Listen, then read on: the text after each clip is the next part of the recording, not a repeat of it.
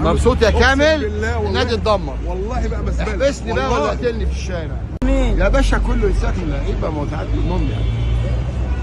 صار على نادي الزمالك اللي كان كله بيعمل له حساب، دلوقتي بقى بلطشه. ولا انت عملت احنا اتلطشنا على القهاوي، نحن بيك كنا. انت هربان؟ انت هربان؟ لا ما هربان الثاني، انا جاي معايا ابني تعبان وجاي. والله وحشه في النادي يا ريس، والله وحشه في النادي يا ريس. لسه بقول له والله بهدله يا ريس، دمروا النادي. والله متدمر يا ريس، والله بقى مبسوط يا كامل؟ بالله النادي اتدمر. والله بقى مسبله. احبسني بقى ولا قتلني في الشارع. والله انت اللي عملت كل ده، انت اللي عملت كل ده. لا ده دمار شامل يا باشا. بنات ماشيه عريان مش عضوات. ايوه والله يا ريس، وخناقات وبنجو وخناقات وحشيش.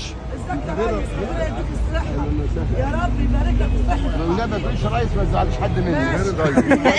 ولاد الزمالك كلهم زملكاوية. ماشي روح لرئيس النادي. روح الله يبارك لك. يا باشا حمامات مين؟ حمامات سباحه يا باشا ده رادم وحمامات ولا سباحه. الميه ولا الميه. شوف ربنا يستر على النادي السنه دي. نظبطها مع بعض. ليه؟ مين دول؟